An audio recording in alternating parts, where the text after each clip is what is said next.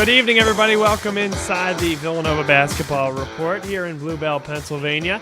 My name is Bob Long, and so excited to bring you Villanova basketball coverage. We do it weekly here on BLS. Alongside me is good friends Kevin Long, Kevin McClernand down there in Baltimore, Maryland, and Kevin Long right here in the studio. And as you see behind us, Jermaine, shoot the basketball. That is going to be a theme here tonight. What's the most efficient lineup for this Villanova basketball team going forward?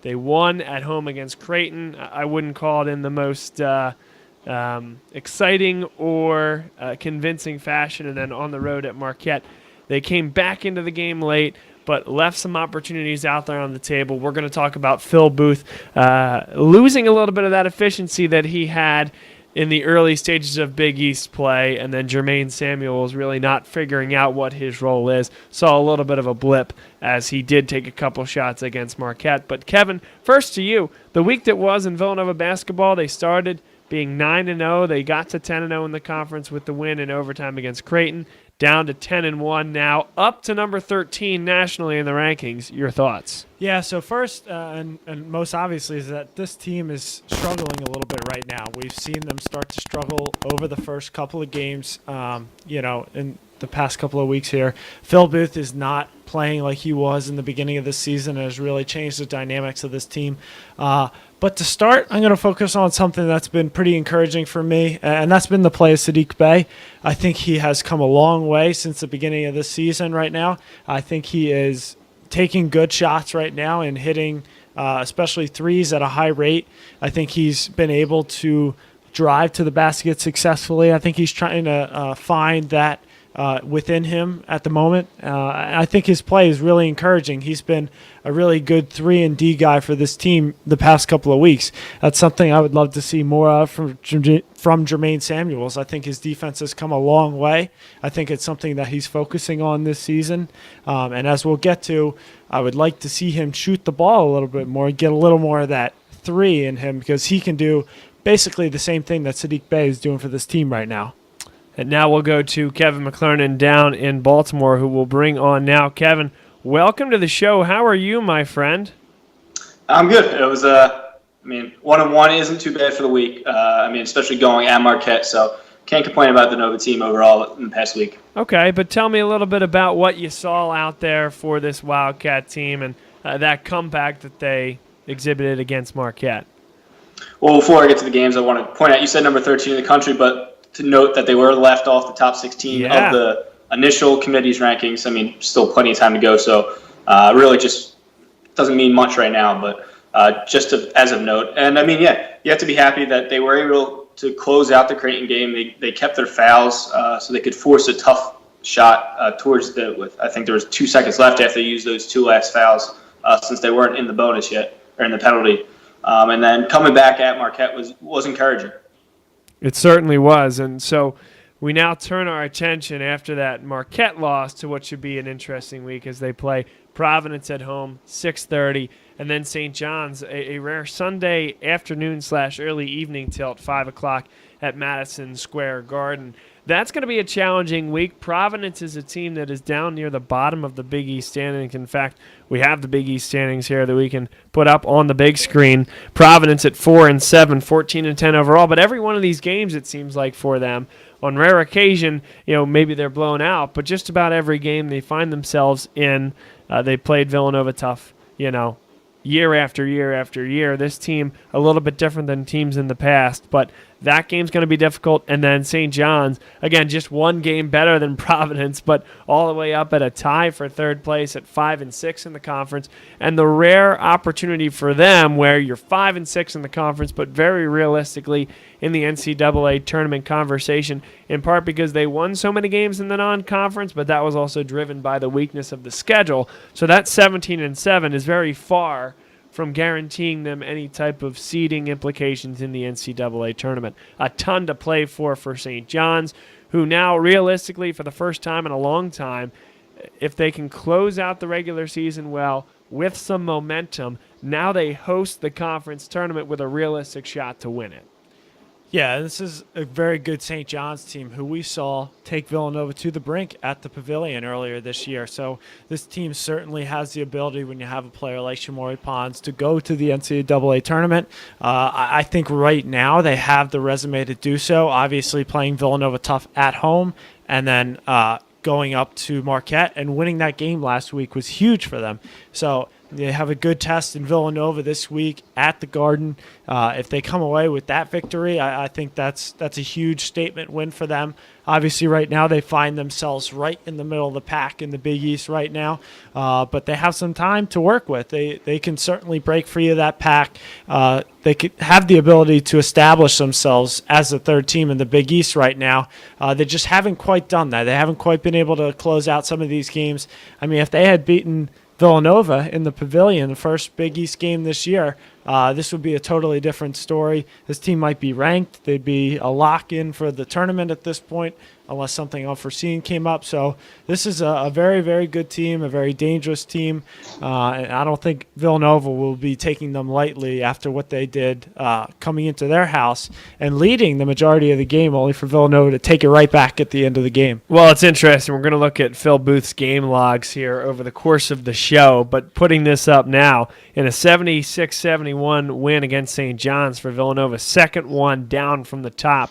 You see he went 8 for 16 from the field, but more importantly, 6 of 11 from deep. And this is going to kind of lead the conversation of a big portion of the opening tip here tonight, as Phil Booth's efficiency has gone away a little bit, but that game specifically, Kevin, that you're mentioning, Villanova does not win that basketball game if Phil Booth doesn't go 6 of 11 from deep, hitting the difficulty of the shots that he was hitting, and really led to a very strong stretch for Phil Booth. And I'll say again, look at the rest of these games. Now look straight down, a bunch of wins for Villanova.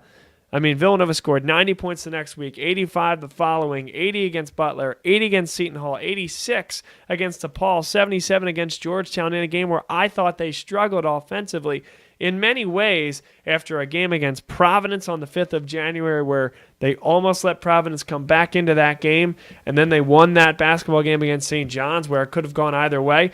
Very much propelled this Villanova team through that gauntlet of the Big East schedule where, remember, back in early January, they had just lost a game to Kansas.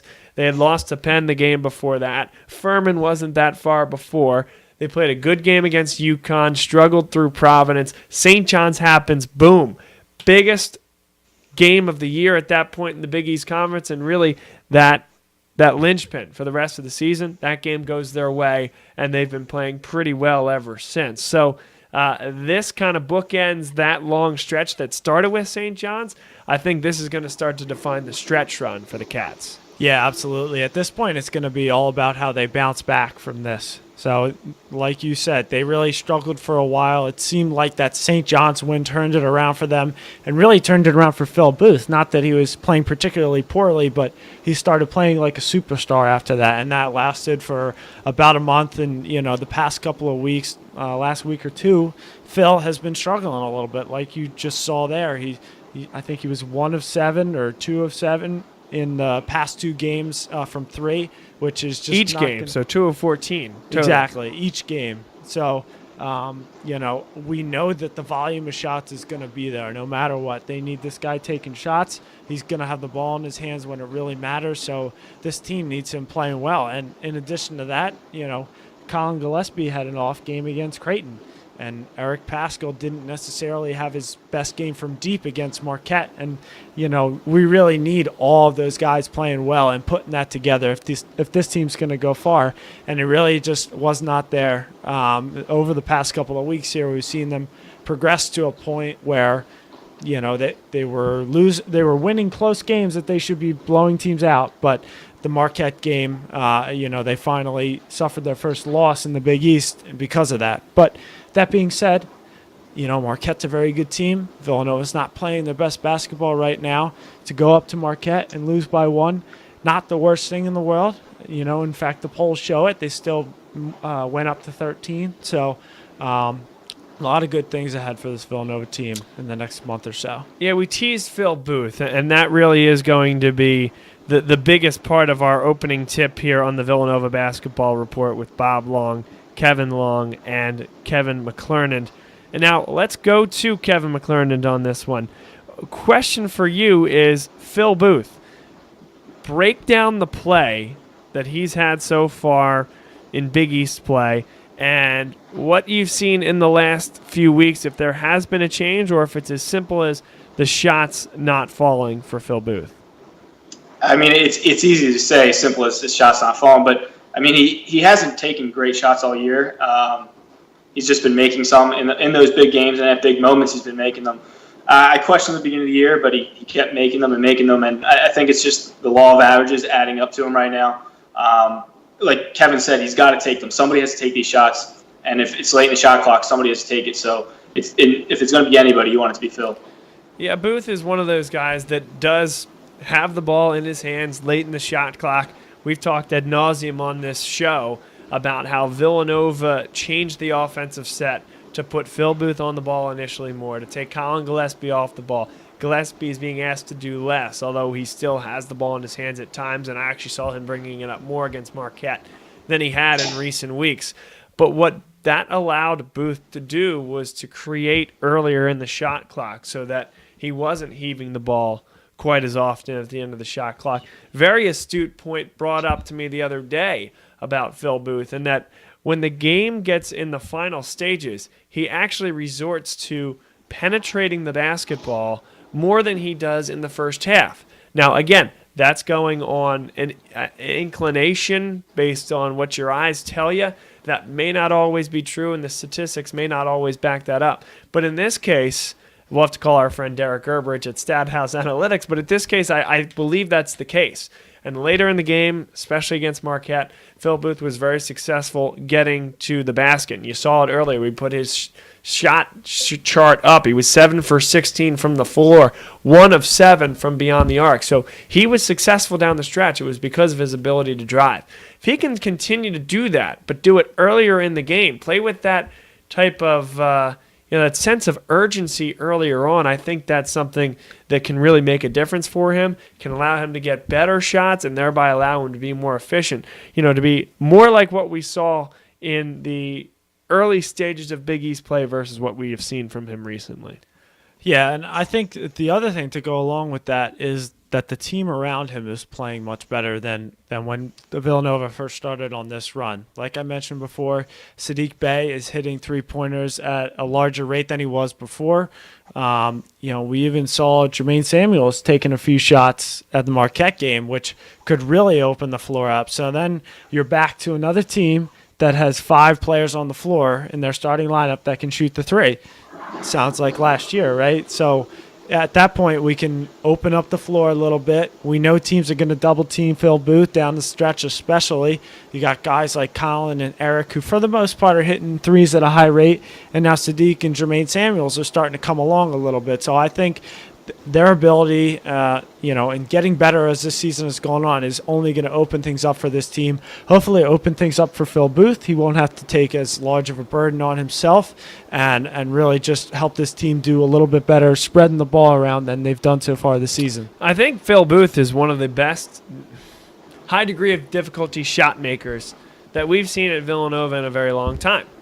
And that is not saying that lightly. I mean, players like Scotty Reynolds, players like Randy Foye going back to the 2006 era, players like even Jalen Brunson in recent years. I would say players like Eric Paschal, Dante DiVincenzo, even the very, very recent guys here that have been able to hit difficult shots. Phil Booth has as much of an ability as any of those guys. I think that compared to like a Jalen Brunson, and this point was made to me on 2 occasions on 2 different wavelengths, but that the decision-making for Phil Booth is not quite what Jalen Brunson's was. It wasn't quite what Ryan Arcidiacono's was, but that perhaps he's actually a better difficult shot maker than either of those guys were. Yeah, it seems more like Phil is the new age of point guard where we, had guys like Ryan Arcidiacono and Jalen Brunson who played a more traditional point guard role, looking to pass first. These guys had the ability to shoot Absolutely, but it wasn't what they were looking to do first, which you kind of see, in the Russell Westbrooks of the world in the NBA right now. That's kind of what Phil Booth looks like right now. You know who he Obviously, looks not like? to the extent. Shamori Pons and Marcus Howard, too. Yeah. Oh, absolutely. Absolutely. Again, I would say to a lesser extent, we saw Marcus Howard on Saturday, and Phil Booth was definitely not up to that level. We'll get to that. But, yeah, he looks the same as them, where he's looking to shoot first. Certainly an excellent passer, but that's not his main thought going into a play. I teased this earlier on. This is Phil Booth's game log, game by game from the beginning of Big East play. And I want to start with St. John's, but really Providence is all the same. Let's go with St. John's on the 8th. That's very efficient. 8 for 16, that's from 2-point range, and then the far right column is 3-point range. Creighton, 9 for 14, 4 of 7 from deep. Incredibly efficient. Great game for Phil Booth against Creighton. Xavier, 8 for 16 and 5 for 9 from deep. Incredibly efficient from Phil Booth, considering that he's the number one option. I mean, keep in mind, okay, you can say that Colin Gillespie might have been 4 for 7 and Booth was 5 for 9. Slightly better percentage for Colin Gillespie. However, Booth was taking those shots, all else equal, with a higher degree of difficulty in making it. So that is really the thing that I think we have to remember. Whether he created that situation for himself or because Jermaine Samuels is not looking at the basket when he catches the ball, Phil Booth is taking difficult shots and he's hitting them at a high clip. Butler, a little bit of a struggle, one-off game. Seton Hall, 8 for 15, 7 for 13, 8 for 15, 7 for 13 from beyond the arc. Incredibly efficient in that game. DePaul, 7 for 16, 3 for 8. I would say that's a good game, a solid game from your number one option. And then Georgetown, 5 for 15. Creighton, 5 for 17. Marquette, 7 for 16 from a total field goal percentage isn't bad, but the 1 for 7 in that game to go along with, the 7 for 16, and he struggled against Georgetown and Creighton as well. The last 3 games for Phil Booth have been an issue, and that will... Whether he can rectify that will be big for the Cats going forward. We'll get Kevin McClernand back in on this one. When you hear statistics like that, and really that one outlier in Butler through the first 9 games of the Big East schedule, what does that say to you now that the last 3 games or so have been quite the struggle, and have you seen anything different from Booth over that last 3-game stretch? Well, I mean, we've talked about who's bringing the ball up and all that, but I think Kevin brought up Colin Gillespie not playing that well. He's shooting a lot of threes lately, and we talked about last time how well he's been shooting the threes, but I think he's been too reliant on it. I believe he shot 18 shots over the last 2 games, and 15 of them have been threes. So I think Gillespie, not only driving, but the threat of actually scoring and driving could open the floor up a little for Booth to make some plays. Interesting. And do you have a sense whether that Colin Gillespie statistic and ratio that you mentioned is any different now compared to at the beginning of the season? I mean, I presume it was because he was dribble driving more and creating some opportunities, but do you get the sense, or do you see on the statistics line that that ratio of threes has gone up in those recent games for Gillespie? I don't have the exact numbers. No, it just seems to me that he's taking the large majority of his shots have been threes recently, maybe the last 10 games or so, since he got the concussions especially. Yeah, and I think the other thing is with the change of roles that we've talked about before now with Colin Gillespie playing more off the ball, I think he's just getting comfortable out there on the three-point line. He's comfortable as a 2-guard. He doesn't have to drive as much in that role, and he enjoys just sitting out there on the arc, ready to shoot a 3, and he doesn't feel like he has to drive as much as he did before when he was trying to be a point guard. He's trying to drive and kick, and he's trying to create opportunities for other players, and frankly, he's gotten too comfortable out there on the arc. So I would still like to see him drive a little bit more. Like you said, Kevin, I think he's just spending too much time waiting for the open 3, spotting up out there, and not enough time, moving without the ball and trying to create something when he does have the ball instead of just being a catch-and-shoot guy. And I'm sure there are folks out there right now saying, what are you talking about? Gillespie still brings the ball up the floor, and he does. And actually, I think he has. a little bit more in recent games than kind of in the brunt of that.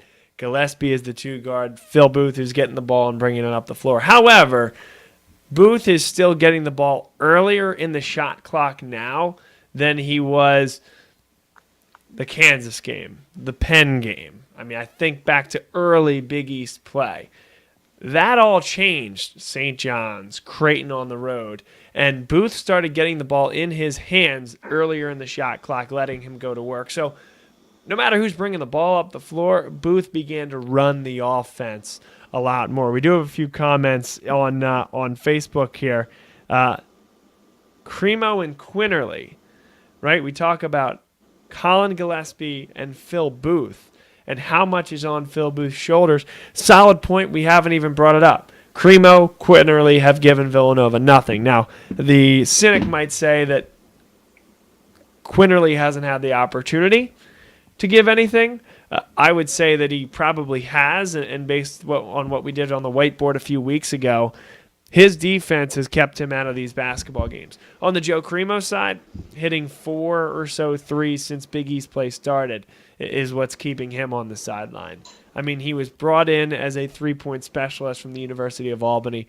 He just hasn't been good enough. And as we talked about with Derek Gerberich from StatHouse Analytics a few weeks ago, he's also a defensive liability. So I'd love, to see the reception that Joe Cremo would get if he could get out there and be effective from beyond the three-point line. It just hasn't happened, and I get the sense that he was a guy that was much more in the fold, obviously, at Albany, had the ball in his hands a lot more often, and it's tough, like a pinch hitter coming off the bench in baseball, to come out cold, be asked to tee up 2 threes a game, never put the ball on the floor, and expect to make one of those, at least every game. It's just a lot to ask. Yeah, he's a guy that you just want so badly to do well. He comes in here for 1 year. You only have him for, his senior season, and you just want him to be able to come in and contribute right away. And every time he gets the ball in his hands, you think the shot's going in. You're like, all right, he's about to just hit his stride. He's going to find his old form. He obviously has done this before at the college level. We just need him to show it. He just hasn't quite panned out that way. His defense at times has been a liability.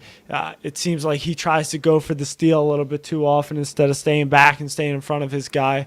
And it really has just been quite a disappointment this year so far for Villanova fans. And then for Javon Quinterly, he's a guy who's just not ready. You can't. I don't think you want to push this kid beyond his limits at this point and get him frustrated. He's a guy who could eventually be one of the best players of all time. It's at least the way he came in. That was supposed to. Wow. Okay. I mean, that was the MO, right? Yeah, I mean, sure. I can't think of a more highly recruited guy than Javon Quinterly that Villanova has gotten in recent history. It hasn't panned out so far the way we thought it would, but another guy that you just want so badly to be in the game and to do well, and everyone gets so excited every time he makes a shot because they think he's about to turn the corner too. And those two guys have just really not quite gotten there, and it doesn't look like they're going to get there this season. Javon Quinterly, it's very interesting, and maybe it's not interesting him. It's interesting the students of Villanova. Every time he checks into the game, there's a loud cheer. I don't know what that is. Is that a belief? And let's go to Kevin McClernand. When you hear something like that, is that a belief amongst the student section that he's not getting the opportunity that he deserves to go out there and play? Is that something where it's like a faux cheer? What is that? Why is he, of all guys, the guy that gets that reception? I would say it's more of, we believe in you, we want you to stay here. Don't leave, don't transfer after 1 year. Because I don't know how much they believe in him this year, but they know how much talent he has and how much he can contribute to this team and to the program over the next 3 years. Kevin Long, I want to go to you on this one. I feel like you have a more cynical opinion, possibly. No, I don't have a cynical opinion. I agree with that, but I want to add to that as well. I think Javon Quinterly has a huge social media presence, and I think students know that. I think he's had. We figured that out after the Penn game. Yeah, or at least I figured it out after the Penn but- game. Others probably knew that before I did. Right. Yeah, we all remember that. But bigger than that, he's, had some celebrities on his Instagram story and people follow him. I mean, something that comes back to me, it seems stupid, but my girlfriend, who is a graduate of Villanova 2017, I was talking about Javon Quinterly and how this guy was supposed to be special. She had no idea who I was talking about. And then she said, "Oh, wait, are you talking about Jelly? Like, people know Jelly." I swear to God, That's insane. It's the Instagram thing. I think that's why students know him and like him so much.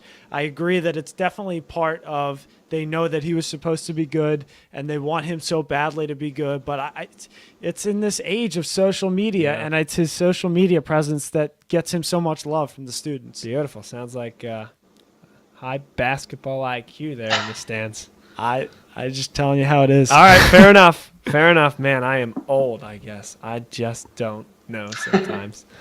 Kevin, your thoughts? Yeah, I mean, if I didn't realize you he are was that big of a presence. So, I mean, if that's what it is, then that's what it is. But I still think he has a lot to contribute to this team, and I'm glad that if they mean it or not, whether it's on the court they believe him or not, I'm glad they're cheering him on. This is the Villanova Basketball Report. Bob Long, Kevin McClernand. We're dating ourselves here with from an age perspective. But want to switch gears a little bit. We'll hit this quick, and then I have it on the whiteboard coming up in just a few minutes. And it has to do with that back there. Jermaine, shoot the ball. Jermaine Samuels, and it started for me at about the Seton Hall game, just wasn't shooting the basketball at all. He would catch it, and Jay Wright always says, catch to shoot.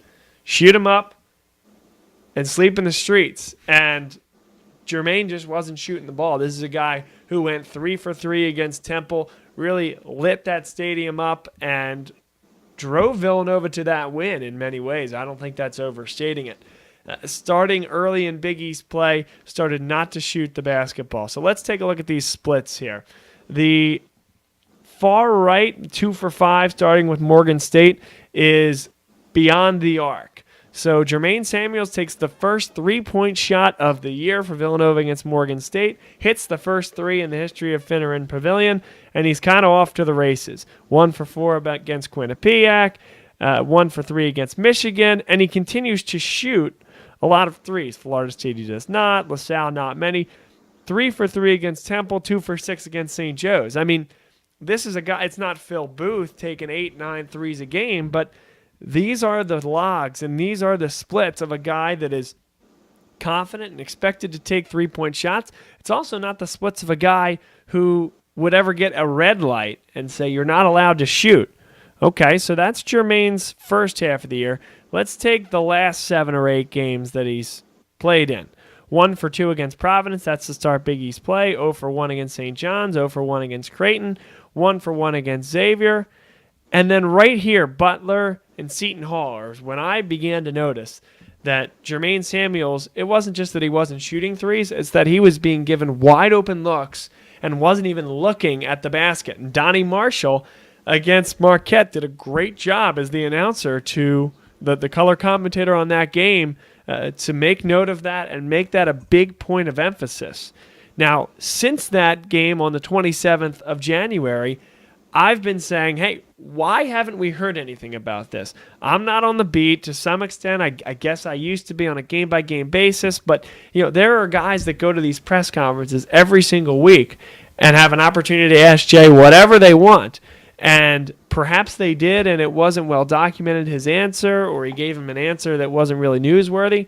But really, I heard nothing about how from Seton Hall on, Jermaine Samuels wasn't catching to shoot the ball. I mean, you had me thinking injury, perhaps that Jay Wright is just telling him not to shoot anymore, but that wouldn't really make sense given his percentages. And Marquette, through the first half of that game, it was exactly the same thing until coming out of a timeout. And I believe it was Lisa Byington, who is the sideline announcer, along with Tim Brando and Donnie Marshall, said that Jay Wright looked right at Jermaine Samuels in the huddle and said, if you're open, you need to shoot the basketball. And shoot it he did. Coming right out of that timeout, a high ball screen. Marquette commits 2 on Phil Booth because if Samuels isn't going to cut and he's going to hang on the three-point line, given his last month and a half, why wouldn't you leave him be? But he catches in rhythm, hits the 3. A few possessions later, same play, catches in rhythm 3.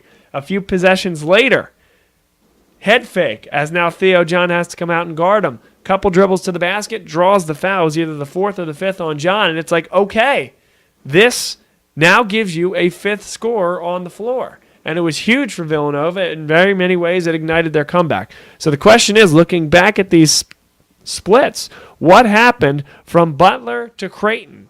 And why was it so visible that Jermaine wasn't able to shoot? And as I mentioned on the whiteboard, I'm going to talk about how defenses adjusted and how the offense changed for Villanova over that time frame. But first to you, Kevin Long. Yeah, so it's something that sort of mystified me because Jay has always been known as a guy who encourages players to shoot. Really, you see the shots that Phil Booth takes. You see the shots that Colin Gillespie and Eric Paschal takes. He never criticizes anybody for taking a bad shot, really. He's one of the few coaches that doesn't really give anyone the red light. Now, we've seen it at times where players have maybe stopped taking as many threes to find themselves a little bit, dating back to the 2011, 2012 days, back to James Bell.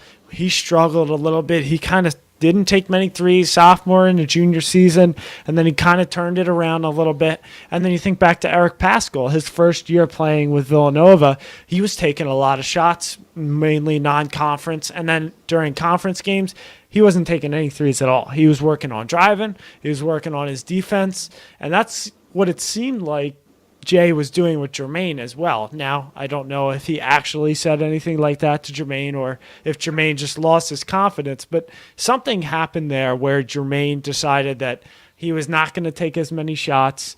He was not going to even look to the basket. It was very apparent. He was wide open, like you said, and he'd be looking around for the next pass, not even really looking to dribble, which was weird as well. He was not looking to make any kind of a play, just looking to dump it off to the next guy. So something was going on. Either Jay said something to him or Jermaine's confidence was just shot for a few games. But I was really encouraged to see him shooting the ball a little bit more at Marquette, and he's a guy that this team needs down the stretch here. Yeah. Kevin McClernand, your thoughts? I mean, I think it's clear. The only thing that happened was that he caught TOS, and it's contagious from Fultz. So I don't think he has it anymore, and he's going to move on from now. Thank you for that. I mean, we talked about it last week. It's really confusing because when he shoots, he looks fine, and it seems hard to believe that Jay would give him a red light. Just overall baffling to me. It is, and it's something that we're going to explore next here on the Villanova Basketball Report. Over at the whiteboard, quick commercial break. We'll come back, talk more about Jermaine Samuels.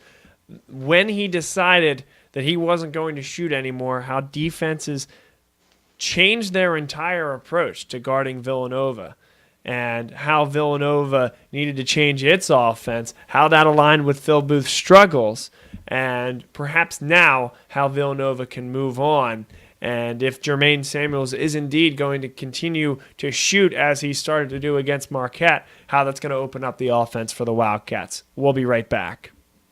Ford is Mayfair's neighborhood Ford store. Nobody knows your neighborhood like Dunphy Ford. Nearly 40 years. Right here on Frankfurt Avenue. Generation after generation. Our neighbors continue to be our customers. We have access to the cars and trucks you want with financing you need. Dunphy Ford is Northeast Philly's first choice for America's #1 brand. 7700 Frankfurt Avenue in Mayfair. Online at www.dunphyford.com. Come experience the Dunphy difference. You'll be glad you did.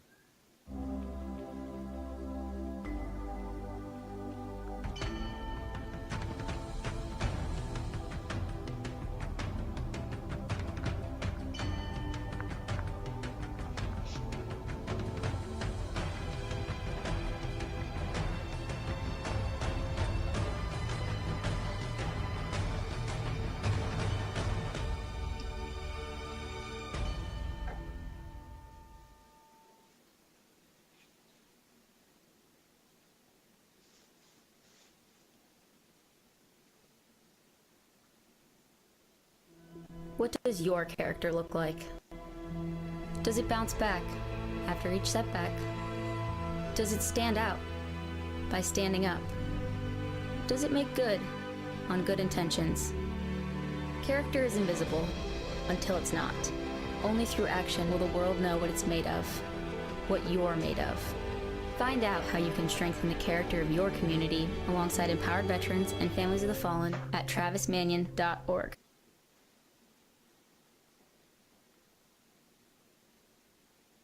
I would say that LaSalle is dynamic.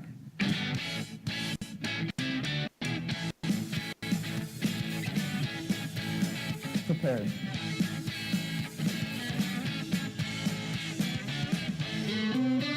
Active.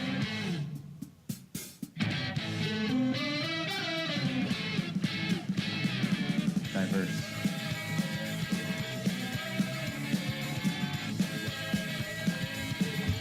Brotherhood.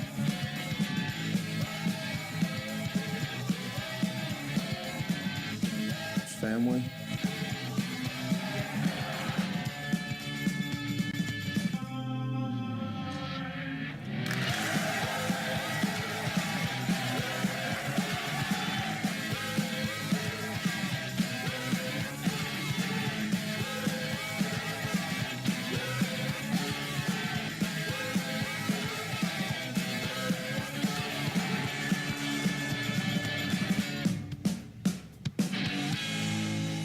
Really very little value added from Jermaine Samuels, a guy who's been a monster on the glass. He's been a very good defender, but what he's done from a shooting perspective has been nothing short of mystifying in the last few weeks. It had me thinking, was he hurt? Did Jay Wright give him a red light? Or what the heck's going on? And we had really no clarity from the media sessions that Jay Wright conducted as well.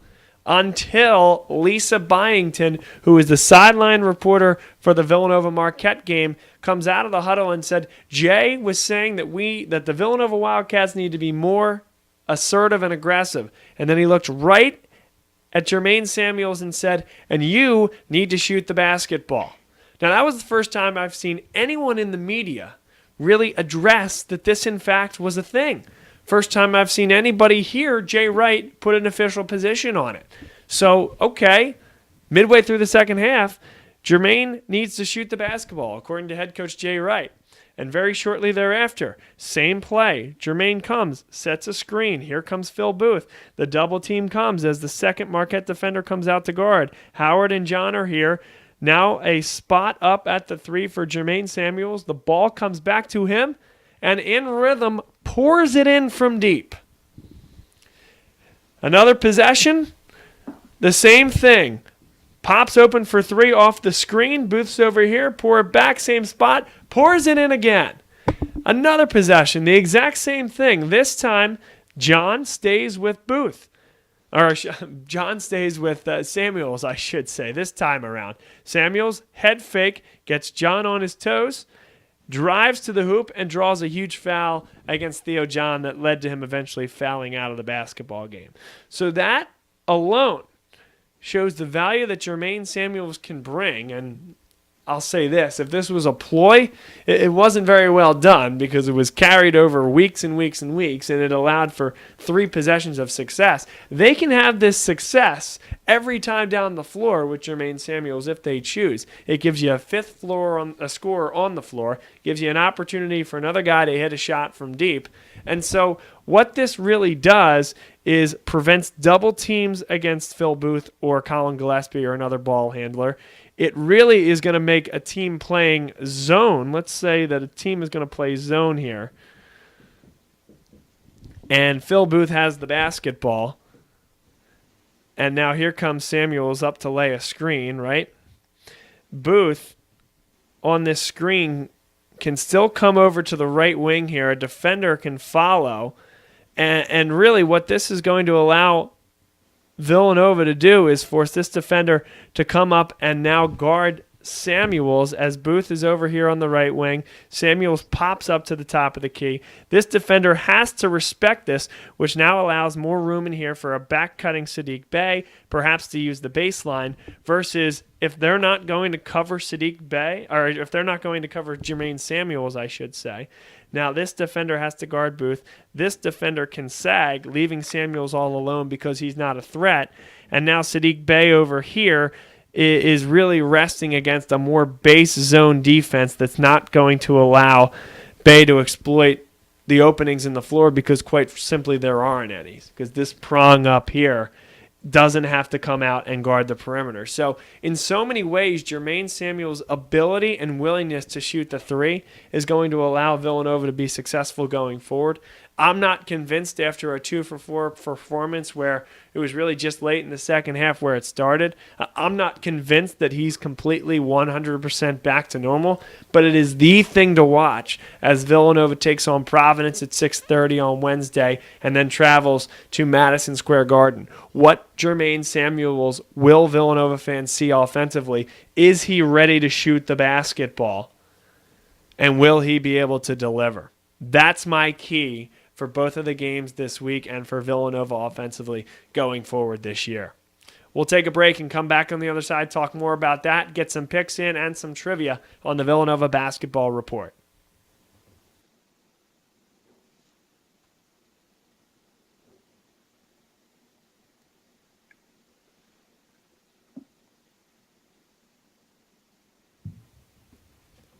Welcome back inside the Villanova Basketball Report. Bob Long, Kevin Long, and we have Kevin McClernand down in Baltimore.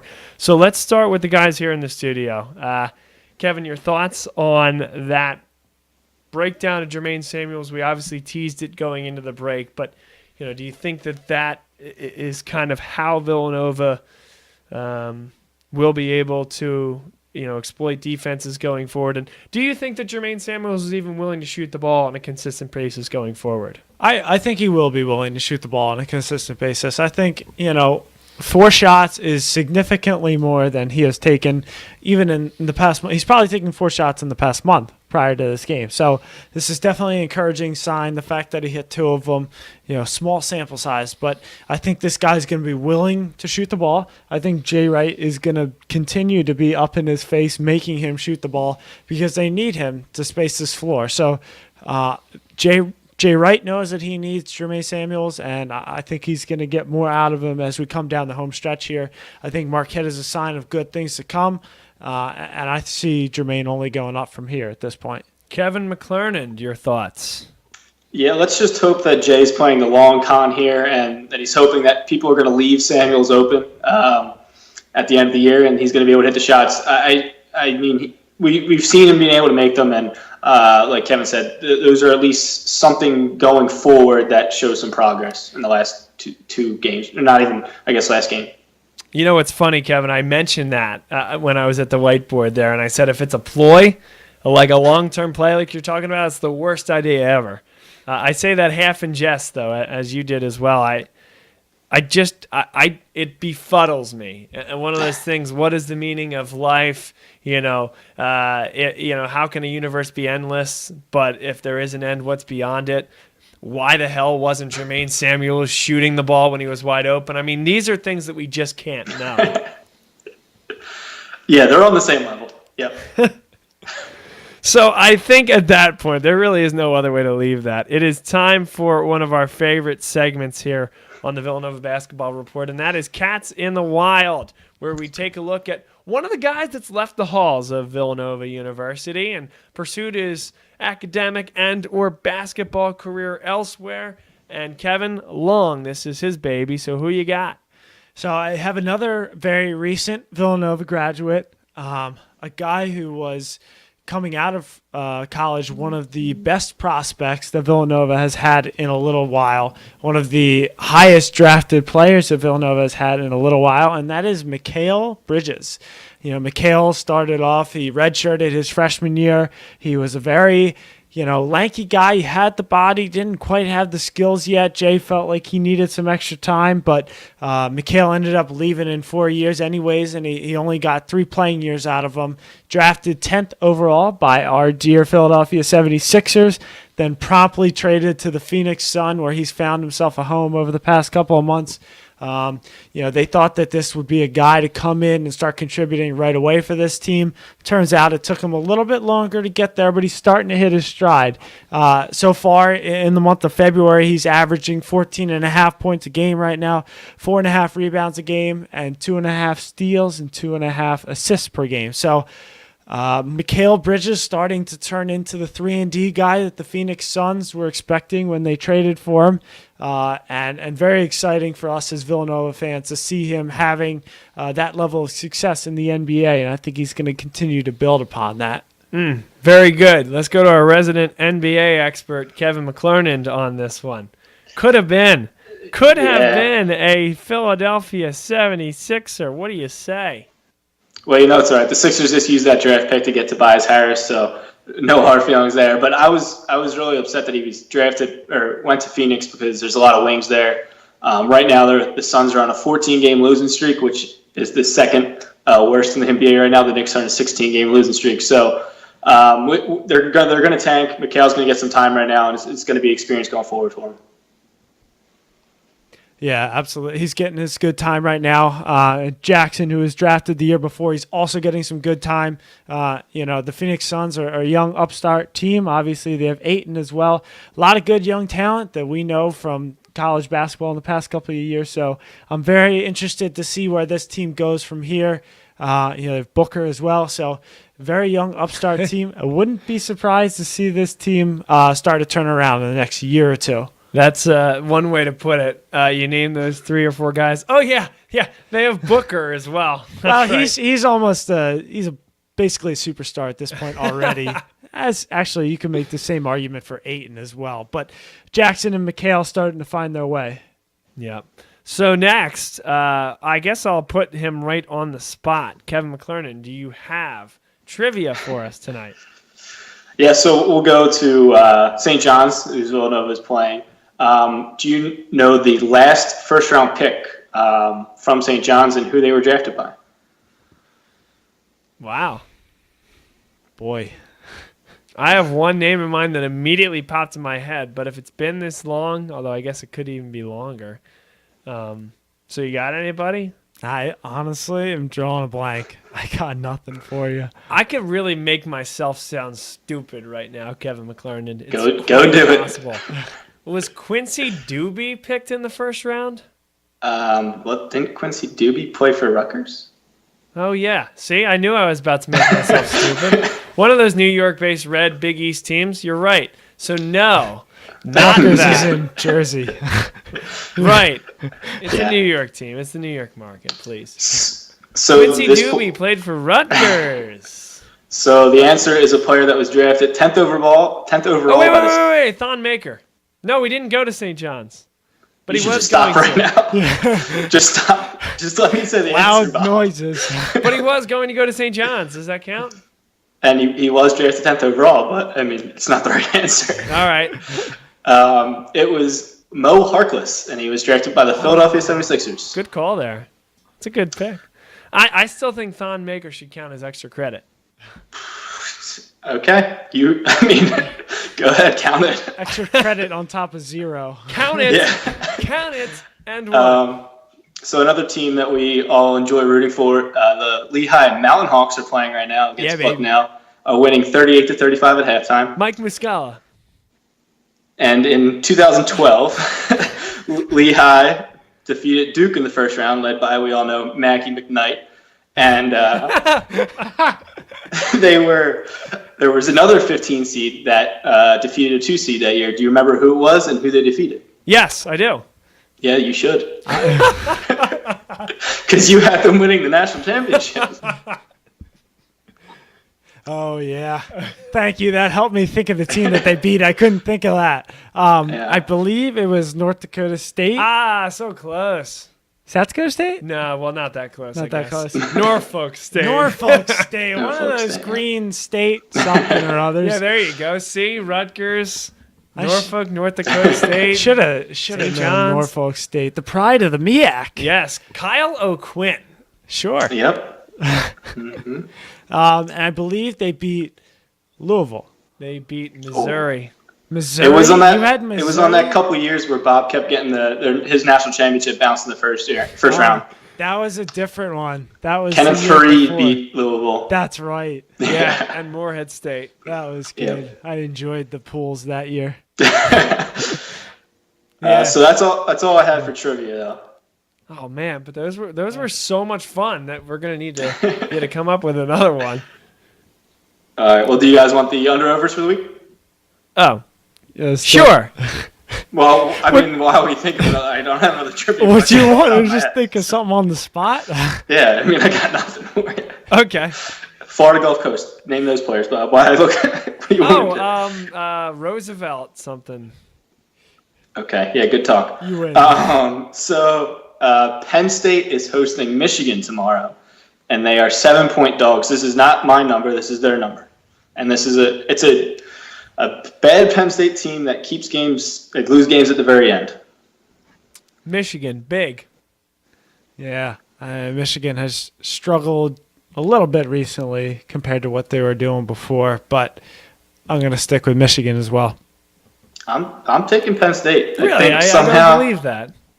I think somehow they're gonna keep it close, and I mean they've lost basically they've lost 11 Big Ten games I think, but they've all been close.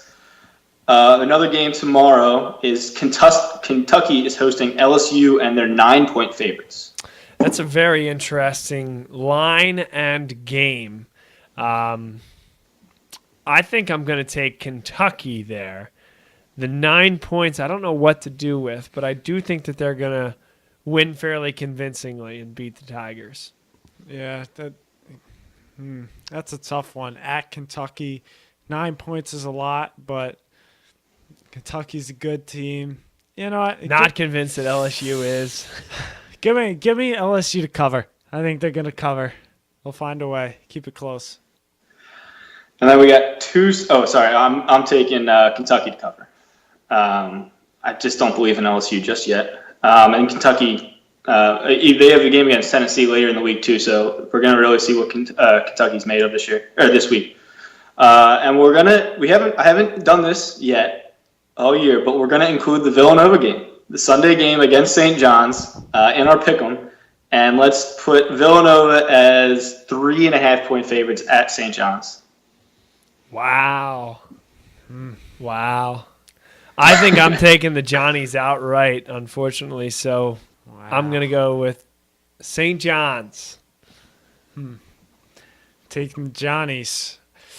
Yeah, they played them tough at the Pavilion. You would have to think that things aren't going to get any easier for them at Madison Square Garden, but you know what? I believe in my man Phil Booth turning it around. I think when he goes, the rest of this team goes. I think, they're going to have a little fire underneath of them after that Marquette loss. I think they bounce back big this week and get 2 big wins. So you think they're going to cover? Cover as well. I'm sorry. Yes, Okay. they're going to cover. Get a big win and win by 2. Big win by 3. So we're all on different pages here because I think Nova wins the game but does not cover the 3.5. And then the final one, we have Ohio State at Michigan State. We'll say 2.5 because Michigan State's been struggling recently. So we'll say 2.5-point favorites for Michigan State. Okay, then I like Michigan State, but I'm not a huge fan of this team. I'm also not a huge fan of how they're the media darling every single year because there was a time probably 6 years ago where they went to 6 Final Fours in 12 years and had this mantra as a team that peaked at the right time. I got news for you. This team hasn't peaked at the right time for a very long time. And there's only enough Middle Tennessee games before, there's something going on in East Lansing. Another 15-2. No, wasn't it? Oh, yeah, it was 15-2. I was thinking 3-14. But didn't they lose to somebody else when they were a 3 seed as well, semi-recently? I'm not 100% sure. Anyway, I like them to win that game, probably by 7 to 8 points, and I am picking Michigan State at the Breslin Center. Yeah, I agree. I'm not huge on Michigan State, but it's more that I am less big on Ohio State. I really just don't think they're playing all that well this year. I don't think they're up to the normal Ohio State standard. I think Michigan State will cover. Talk to me about your boy Chris Holtman here, Kevin McClernand. No, he's not my boy. Why is he my boy? Because he was the Butler guy before now. Well, and you love Butler. I mean, yes and no, but I mean, I wish they beat Duke. That doesn't make Butler But yeah, I'm agreeing with you. Michigan State. I think I just don't believe in Ohio State. We talked about them earlier in the year. I think they lost the first couple of games in Big Ten play. I just don't believe in them. And even though Michigan State hasn't been playing well, I think Ward can dominate down low enough. I don't believe in your line. Let me throw that one your way. I don't know where to put this line because I don't really believe in either team. Yeah. Fair point. Okay. What'd you come up with from a trivia question since we started doing this? Nothing. All right, folks, that's all we got here tonight. I guess it is. Yes. Anything, Kev? I got nothing. All right. How about you, Kevin Long? No, I'm sorry. I didn't come up with a trivia question on the spot there. All right, I got one for you guys. Who's the Major League Baseball pitcher in the history of the game who has the most complete game 1-0 losses? Really?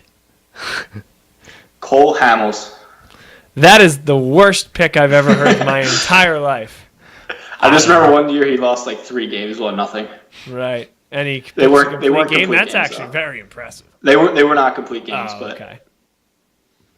I mean, my guess would be Nolan Ryan. Yeah, that's a pretty good guess. I'll throw out something else. Cy Young. No, but that's the right era, Kevin Long. It was Walter Johnson with 38. The Senators. 1-0 complete game losses. There you go. We That's needed an another interesting factoid for you. Yeah, we needed another trivia question. I didn't know we were going all sports. I mean, we could have gone crazy then. I mean, geez. Still time. There is, but I'm done. All right. Hey, Kevin McClernand, we appreciate you being with us always here. Good stuff on the 2, count them, 2 trivia questions that you gave us, and 3 pick'ems. 4. How many passes? 6. 4. Got nothing. Gene Hackman, Hoosiers. All right, I think it's about time for us to go.